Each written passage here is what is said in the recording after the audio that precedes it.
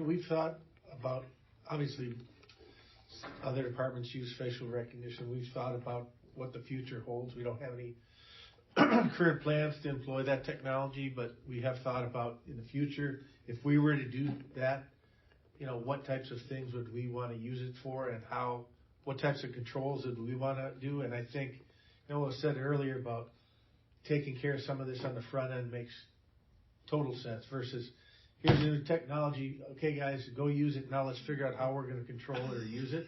But doing this on the front end, and it rings true for me because on the side of my regular job, I also am an adjunct instructor for St. Mary's University. I teach a law enforcement class specifically on implementing technology within law enforcement organizations.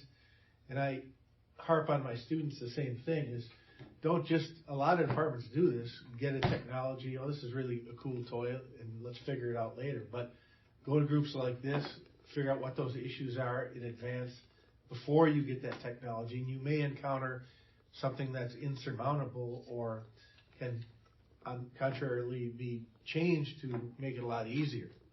And just thinking about facial recognition and my role on the MPD, our role, my job is to try to identify bad guys. So I think of facial recognition as taking an unknown subject picture and trying to compare that to a database, which I don't have, to figure out who that bad guy might be. Understanding that, yes, there are, no matter what facial recognition system you're using, there's a lot of false positives. And even the courts it's not like I can get a hit on Casey and go throw him in jail. It's really only meant to be an investigative pointer system. And there could be 10 false positives, but you think of some of the serious crimes out there. If all we had was a grainy photograph of Jake Patterson and I was able to identify him and arrest him in that whole Jamie Kloss deal, that's taking it to an extreme, but I want to use facial recognition. But having said that, I jotted down some things that I think would make sense if we were to ever go down the road of getting facial recognition. Again, reiterating in our policy, it's only an investigative pointer system. It's not to be used for arrest. I would go so far as to say should only be used in felony level crimes, not to look around for people crossing the street or misdemeanors. I don't necessarily have any desire to have an internal database of photos. Yeah, I think I would want to query other databases again to try to find a potential name of a suspect that's currently an unknown.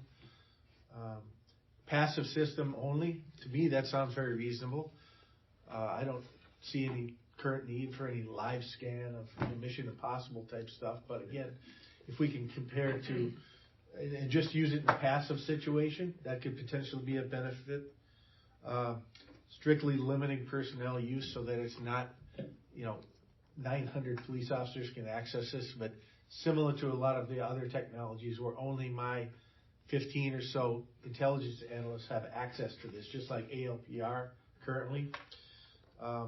Reiterating penalties and discipline for misuse, audits of how a system would be used, all those things I think can help add public confidence in any technology, but something like facial recognition as well. So, but looking at what you have here, this all seems very, very reasonable.